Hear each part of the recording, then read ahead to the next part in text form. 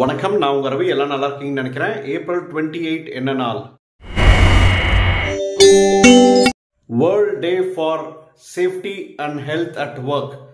International labour organisation 2003ல இருந்து உலகம் ஃபுல்லா இந்த நாளை world health day and safety டேவா கடைபிடிக்கிறாங்க. ஸோ இதுக்கு என்னன்னு பார்த்தீங்கன்னா ஒரு அவேர்னஸ் தாங்க.